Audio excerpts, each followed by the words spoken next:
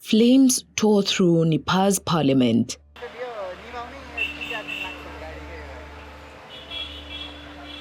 Smoke filled the Kathmandu sky as thousands of young voices rose in defiance. What began as outrage over a social media ban erupted into the nation's most powerful youth uprising in decades. Within days, the Prime Minister was gone. The parliament left charred, and Nepal plunged into uncertainty. The spark came in early September, when the government moved to ban platforms like Facebook, Instagram, and TikTok.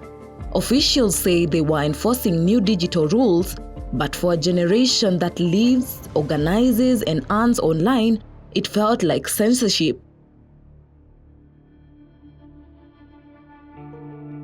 Anger boiled over, fueled by viral posts exposing the lavish lifestyles of politicians' children. To many, it was a proof of a corrupt elite living far from the struggles of the ordinary Nepalese. For years, frustrations had simmered over unemployment, inequality, and broken promises.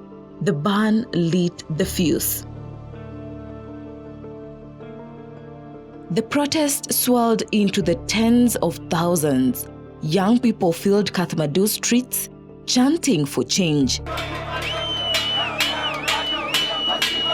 But the response was swift and violent.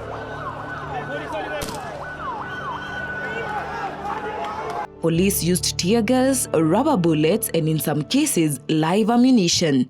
By nightfall, at least 19 were dead, hundreds injured.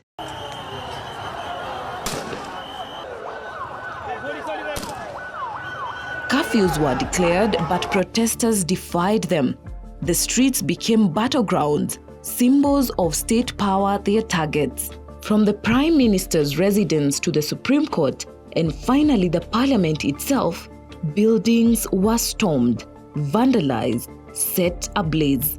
For many, these acts were not just destruction, but rebellion against a system they saw as rotten. The pressure was too much for Prime Minister KP Sharma Ole.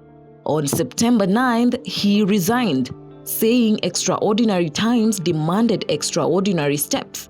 His departure was cheered by protesters, but it also left a void. Who would lead the country now? And would the resignation be enough to calm the anger on the streets? The costs are heavy. More than lives lost, Nepal's institutions lie damaged. The parliament building is scarred by fire. Singha Dabar, the heart of government, ransacked. Army troops now guard major intersections. Hotels and businesses are shuttered. The tourism sector, a lifeline for Nepal's economy, faces cancellations.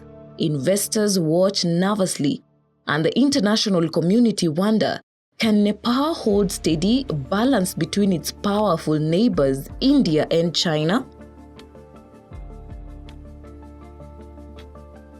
For the young protesters, resignation is not enough. They are demanding more: an end to corruption, accountability for the dead, and opportunity for a generation tired of leaving home to find work abroad. They say this movement is leaderless, decentralized, and determined. But that raises its own question.